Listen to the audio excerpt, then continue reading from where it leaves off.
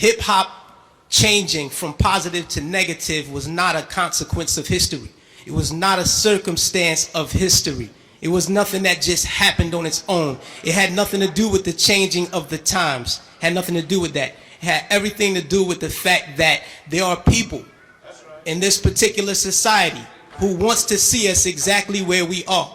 And we cannot let that point elude us. These are the facts. How do we know? 1967, Kerner Commission report on urban disorder. When black people said, yo, we're tired of this system. You know what I mean? This system is oppressing us. So we rebelled against the system. We burned things. We said, yo, we had enough.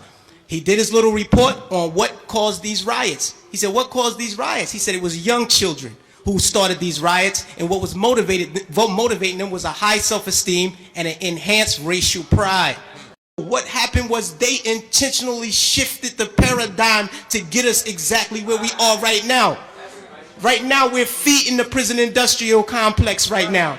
Our kids are going to prison because they're promoting these records. They're promoting these records daily that send us to jail. You know what I mean? It's cool to go to jail. You know what I mean? They glorify these things. And it's not the black youth. We're in a position where we get, like the brother said, the choice. You know, he said, yo, I chose the positive. So I didn't do it. But every youth is not going to take that route. I know. I come from the projects. Grew up in the projects all my life. You know what I mean? And we're not turning down $500,000 to say nigga. We're not going to do it because we won't turn down $200 to take a package of crack from one corner to the next.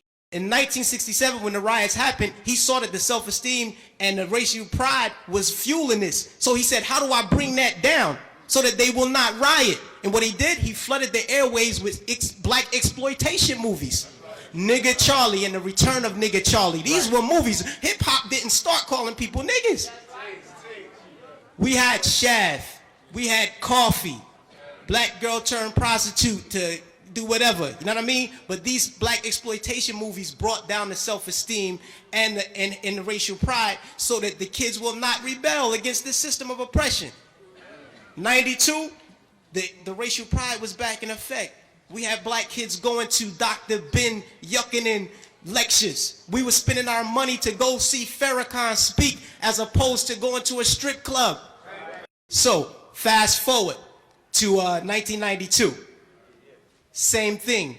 #1 record on the radio. We had Fight the Power. Fight the Power is on the radio. Rodney King is beaten before the world. The black youth rebelled against the system. Again, they did it again. And why? What primed them? Positive hip-hop. Primed them. Fight the Power. X-Clan. Brand Nubian. You had these groups out here who were politically orienting black kids in the right direction, giving them the proper prompters that they needed so that they can respond properly to oppression. Yo, the enemy's public.